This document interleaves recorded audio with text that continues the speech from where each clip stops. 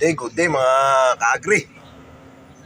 Meron akong isang tips sa katulad kong mahilig magtanim ng patola mga ka-agri. Ang diskarte ko kaya ako medyo nakakatipid sa pagbili ng buto mga ka-agri. Ako ay nagbibinhi na ng aking buto ng patola mga ka-agri. Ito, kung napapansin nyo to mga ka-agri, itong nakasabit sa kalanan ko mga ka-agri, ito yung bunga na sinadya ko na pagulangin para sa susunod na taniman ay meron na akong sariling seeds mga ka-agri. Hindi na ako para bumili pa kasi ang mahal din ng seeds ngayon mga ka-agri. Pero may mga nagsasabi nga na kapag bagong bili or bili sa mga agriculture supply ay magagandang klase. Oo, tama, magagandang klase mga ka-agri. Kaya dito napapasok yung tips ko mga ka-agri. Kaya nga ako nagpabinhi nito mga ka-agri. Dahil nga dun sa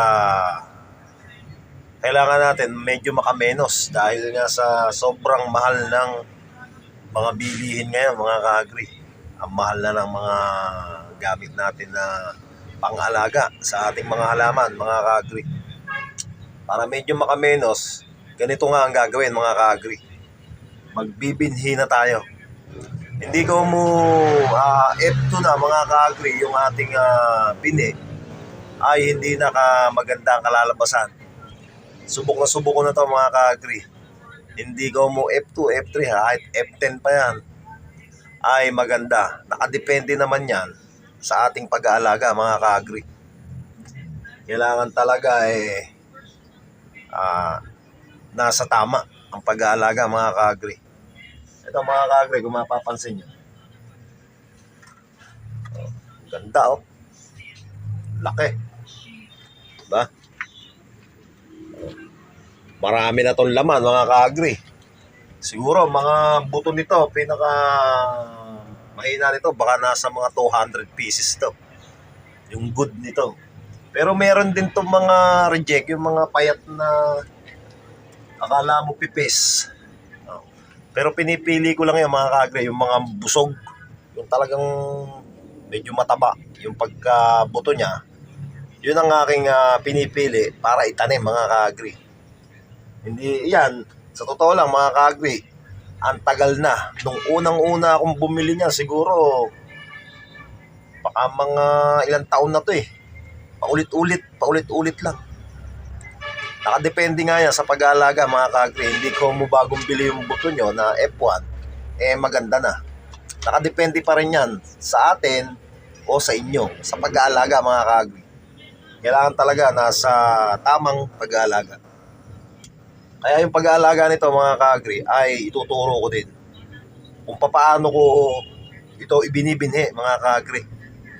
Ang diskarte ko dito kung paano natin patubuin, kung ilang days ba gano'n, hanggang sa magapang na. Lahat yan mga ka-agri ay ituturo ko. Hindi ko lang kasi sinasadya mga ka-agri yung mga video ko na mga ginawa tungkol sa agriculture. Kaya kung napapansin nyo mga ka-agri, dyan sa YouTube ko ay walang gaanong naka-upload na agriculture. Puro singing lang. Kaya ito, gagawa uli ako ng mga video patungkol sa agriculture mga ka-agri. Kaya yun nga mga ka-agri, ang tips ko, kapag kayo ay nakapagtanim na ng patola at namunga, pumili lang kayo ng kahit isa na maganda. O kung plano nyo naman ay mas malawak yung gagawin yung taniman, ay mag-prepare kayo ng mga 3 hanggang 4 na piraso na ganito kalalaki mga ka-agri. Ito, para umabot ng 1,000 puno ang inyong maitanim. Kung halimbawa malawak yung tatamnan nyo, ay binhilang kayo ng mga apat nito, mga ka-agri. Kung mga 1,000 puno, mga ganon ang gusto nyo itanim. Tsaka ito naman mabili sa sa kahit saan lugar, mga ka-agri. Mabili itong patolang ito. Ang bango pati. Lagyan mo lang ng miswa, katalo na, umuusok ang kaldero, walang laman, mga ka-agri.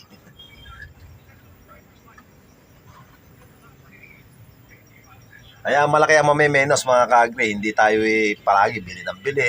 Ang mahal din ng seeds, mga ka-agri. Sige po, mga ka-agri, sa susunod na video na lang po ulit. Yung kumbaga ito yung part 1. Kauna-unahan to, mga ka-agri. Hanggang sa pamumunga, tuturo ko na yan. Kahit wala pa yung time na siya namumunga na, ituturo ko na yan, mga ka-agri. Para mabilis nyo may-apply sa inyong mga pananim, mga ka-agri. Sige po, mga ka-agri, sa susunod na video na lang po ulit. Ingat po tayo and God bless.